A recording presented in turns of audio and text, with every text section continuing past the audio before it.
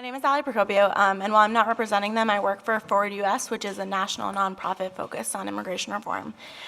So growing up and attending public school in Rhode Island, one of the principles that was instilled in me was to value and take care of my community.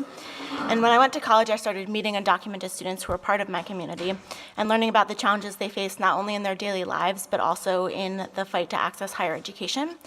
These undocumented students were my peers in every way, growing up with loving and supportive families, working hard in high school, playing varsity sports, and saving money to go to college.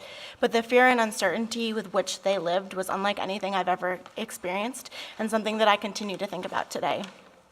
And knowing that I had peers going through this, that there are students at college with me who had to constantly worry about the safety of their families back home and worry that if they went home for spring break, their parents or their siblings might not be there, drove me to seek out a job in immigration reform when I graduated. So I now work at Forward US, a national nonprofit focused on immigration reform and headquartered in DC, where I'm the university program director. So in my current role, I've continued to work with students, listen to their stories, and help them advocate for themselves and for their peers. The creation of DACA has allowed undocumented young people to alleviate some of the fear and uncertainty in their life, but right now, as you all know, is in a precarious situation, and DACA recipients don't know if they'll wake up one morning suddenly without the protections that have allowed them to work legally, drive legally, raise their families in peace, and that has opened up pathways to higher education for them. One student I've worked with in particular, his name is Hector, was actually blocked from renewing his DACA after the program was ended last September.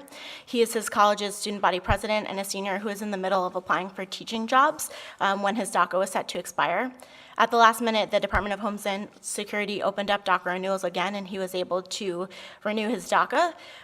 But for a period of time, his DACA was expired and he was without his protections. And during that time, he was unable to drive to his volunteer work, and he was unable to continue applying for jobs because he was not, at the moment, able to work in the country legally. He spent 4 years in college working to become a teacher, and at that moment, Hector's entire future and everything that he had trained for was in jeopardy.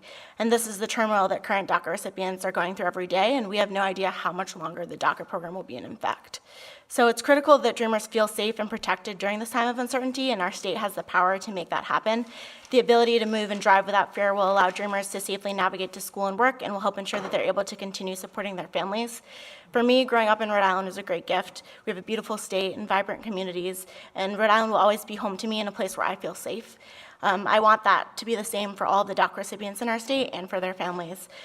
This bill puts us one step closer to providing safety and security for these individuals who are so deeply invested in our state, and I urge the Assembly to pass it and to continue to work to protect and support undocumented immigrants in our Rhode Island communities. Thank you.